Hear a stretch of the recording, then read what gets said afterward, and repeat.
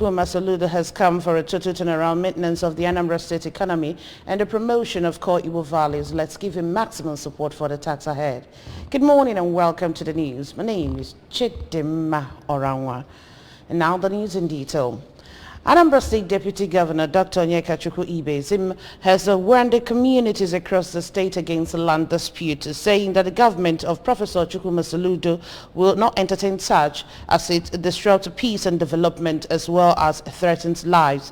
The Deputy Governor gave the warning when he visited Ukulu Ubo Aba land dispute areas in Dinukofia and Njikoka local government areas. Government House correspondent Emmanuel Okonkwo reports.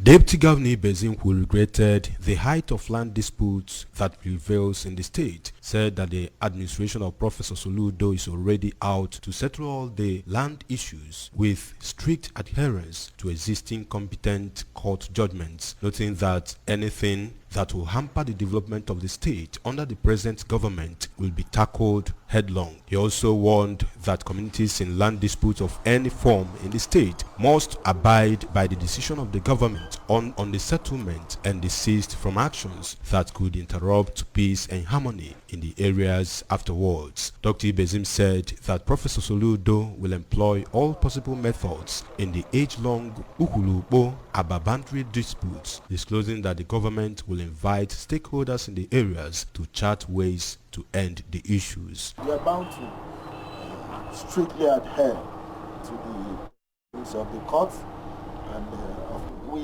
encourage the communities that once we do this, of course we don't expect any other further things that will escalate the peace that these communities hitherto have enjoyed. From Dunukofia local government area, I am Emmanuel Okonkwo reporting for ABS News.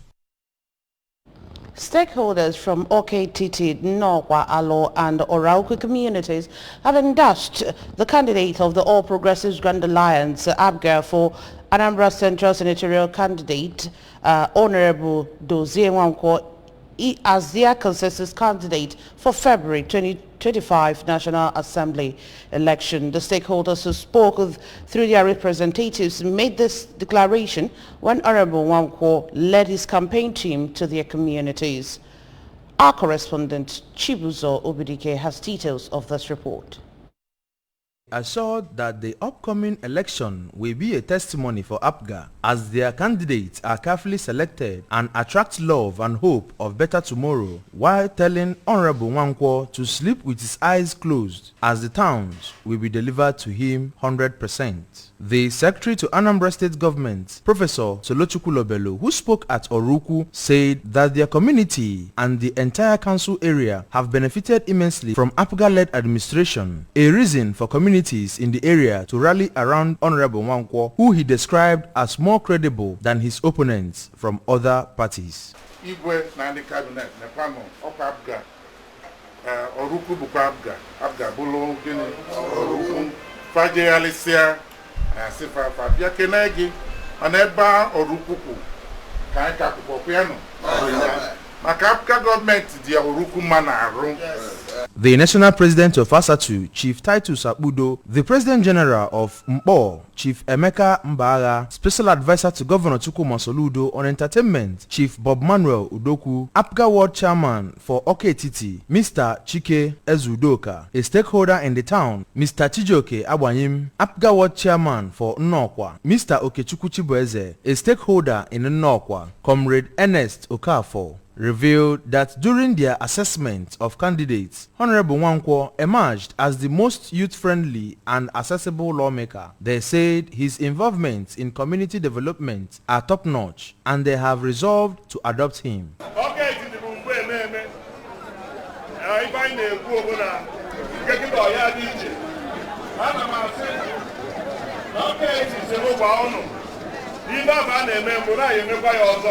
In response, Honorable Nwankwo said his candidacy is an appeal by the party to build a synergy between federal lawmakers and the state government to achieve the strategic initiative of the Soludo administration's solution agenda, which is expected to speedily transform the state. The APGA senatorial candidate, who also is the founder of Ferdinand Dozie Nwankwo Foundation, re-echoed the importance of the electorate having their PVCs for the election, saying that is the only way they will remain true leaders in a democratic society. He asked them to vote according to their conscience in the upcoming election and should not be deceived by selfish-minded politicians who only use them to enrich themselves.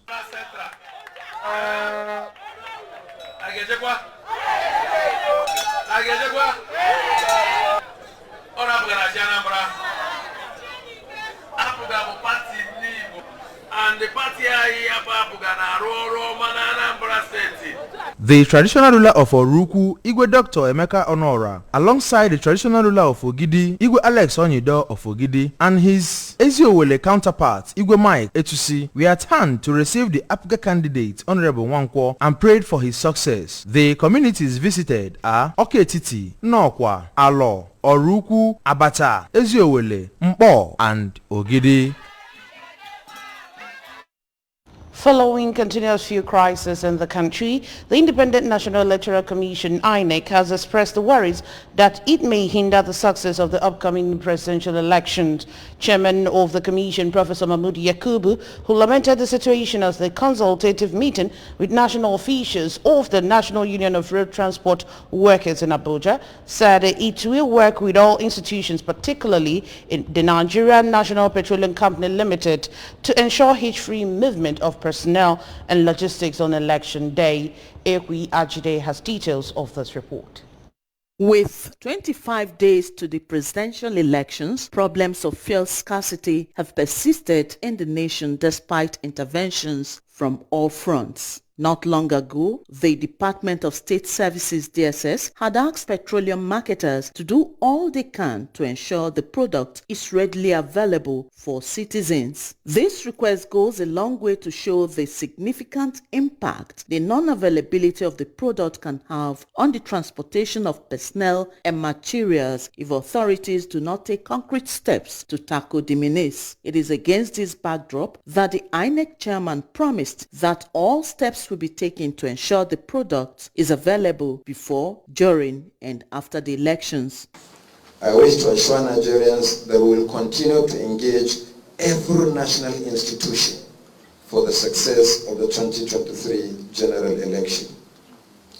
I can't conclude my remarks without reminding you of your obligation to neutrality. The work of INEC requires non-partisanship. Working in partnership of the Commission, you will be required to subscribe to the oath of neutrality and to demonstrate your non-partisanship in the work you do practically on election. The Corps Marshal of the Federal Road Safety, Dauda Biu, represented by the Deputy Corps Marshal, Bisi Kazim, said the Corps has approved a checklist that will aid the selection and certification of vehicles for the election to ensure the safety of election personnel and materials. All vehicles inspected and certified will receive a tag from FRSC for proper identification that it has met minimum safety standard. The Corps Marshal is hereby calling on all union leaders to inform their members to follow due process and cooperate with members of the Corps. Earlier, the president of the National Union of Road Transport Workers, Tajuddin Barua, had noted that the gathering is aimed at enlightening members on the various rules of the MOU signed and how to implement them effectively. He pledged their unalloyed commitment to assisting achieve the targets of the 2023 election. And I'm assuring the national chairman of INEC today that by the grace of God, we are going to discharge this duty as we give to us. And I always promise you, by the grace of God and support our members across states, we will not disappoint Nigerians. The Memorandum of Understanding between INEC and the National Union of Road Transport Workers is based on 4 thematic areas of trust, respect, transparency, and cooperation with each other, and they are expected to take an oath of affirmation of neutrality and non-partisanship for smooth participation in the election duties in the country. In Abuja, Princess Ekwi Ajide reporting. Operatives of Operation Clean and Healthy Anambra Ultra Brigade have arrested 10 persons suspected to have engaged in extortion and illegal revenue collection in different parts of Onitsha metropolis. The arrest followed the order by the Managing Director of Ultra Brigade, Comrade Celestine Anere, after receiving complaints from transporters, unions and association on the extortion activities of the suspects. Confirming the arrest, the Public Relations Officer of the agency, Mr. Anthony Abefune, said the arrests were in line with the plan of the state government to rid the state of touting activities. The arrested persons are Ifeanyi Ubo, Amechi Anyoke, Ago Eko, Peter Joseph, Chidozie Okafo, Ifeanyi Ibabuchi, Nzube Nwego, Dr. Makando Eze, Nnamdi Ifechukwu, Chika Okafo, and Chuma Okafo. The individual pleaded for mercy, promising to turn a new leaf. Union Election Observation Mission Nigeria has deployed 40 long-term observers to monitor the 2023 general elections in Nigeria. Speaking through the chief observer, Barry Andrews, in Abuja, the mission expressed confidence that the engagement will strengthen democratic process. Again, our Abuja correspondent Ekwi Ajide reports.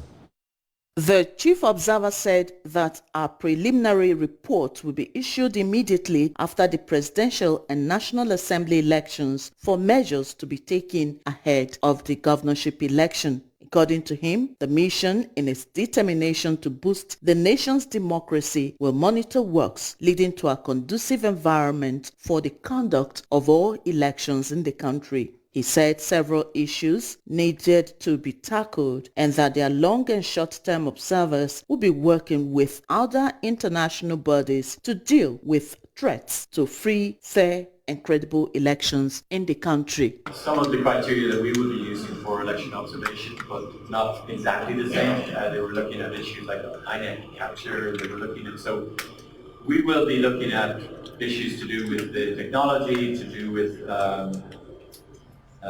election finances. We will be looking at issues to do with the freedom of the media, to do with security, of course, and access of young people to be enfranchised, being able to get on ballot papers.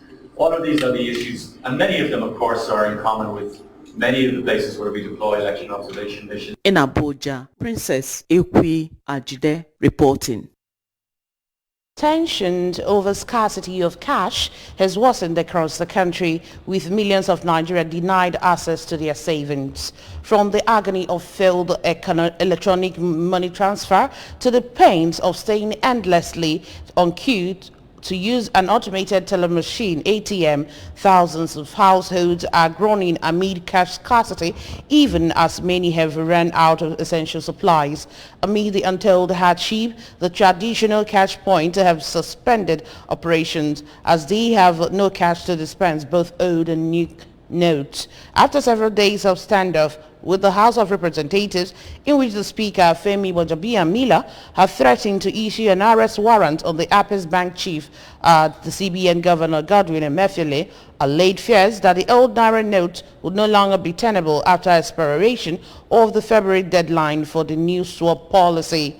Speaking when he appeared before the Ado Doguwa-led House of Representatives ad hoc committee, he pledged to adhere to Sections 20, subsection 3, 4, 5 of the CBN Act.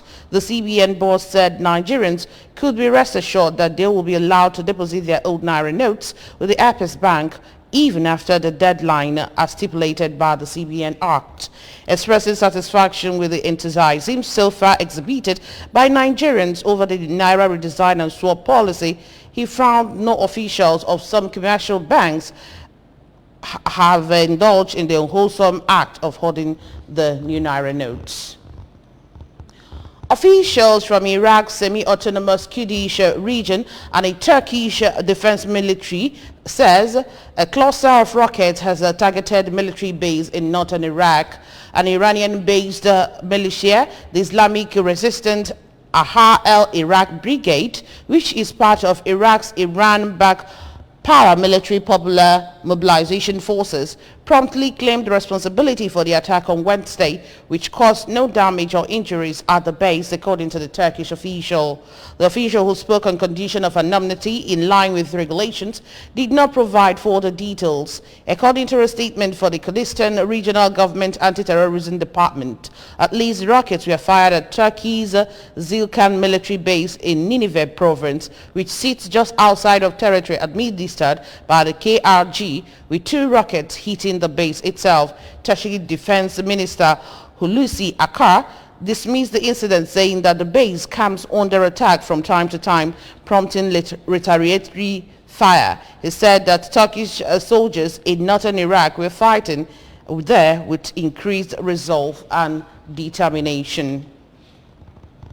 Reports say more than 100,000 tickets have been sold for the Budapest 2023 World Athletics Championships, with the event just 200 days away.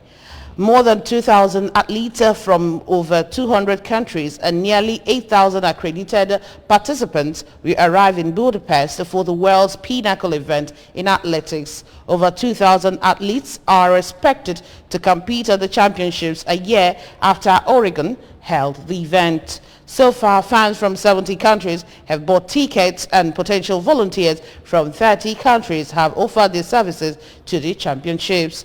The deadline for application is 20th of February. The World Athletics Championship will be held in Budapest from 19 to 27 August 2023, with the brand new National Athletics Center on the bank of the Danube as the central venue.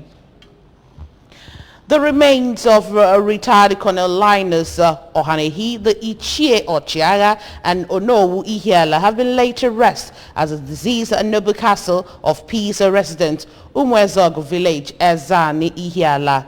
The burial mass of retired Colonel Ohanehi, aged 89, who was also a member of Knight of St. John's International, was presided over by the Emeritus Bishop of Nnewi Catholic Diocese, Most Reverend Hilary Odelichukwu Okeke. Ogochukwu Orano has details.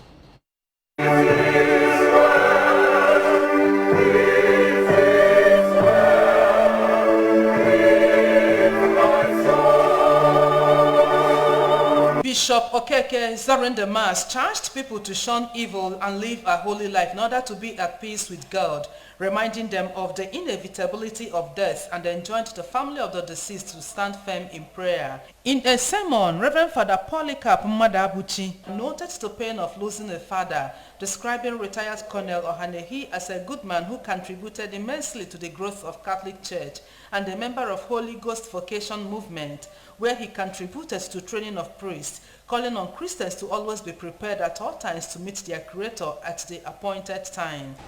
In order to create him. Permission.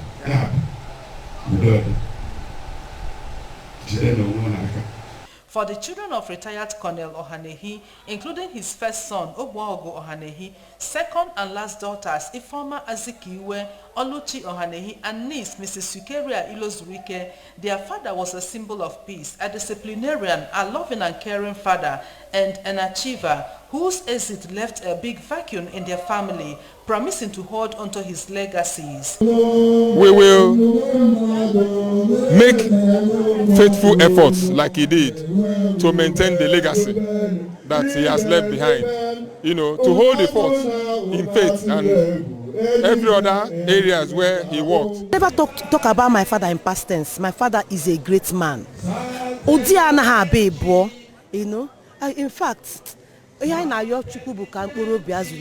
A In their condolence messages, the traditional prime ministers of Oruku and Ogulisizo, Chief Patrick Onyedoba and Onowu Mbanason, recalled the deceased's good deeds and advised his family to take heart and consolidate on their father's legacies. The burial ceremony attracted people from various spheres of life, including war veterans, the religious, Anambra State traditional prime ministers, traditional ruler of Ihiala Ancient Kingdom, Igwe Thomas Obidiegwu and his cabinet, members of Knight of St. John International, among others. Condolences by in-laws, friends, groups, Catholic Men Organization of St. Mary, Mother of God Parish, Eziane, and performances by musical groups featured during the burial.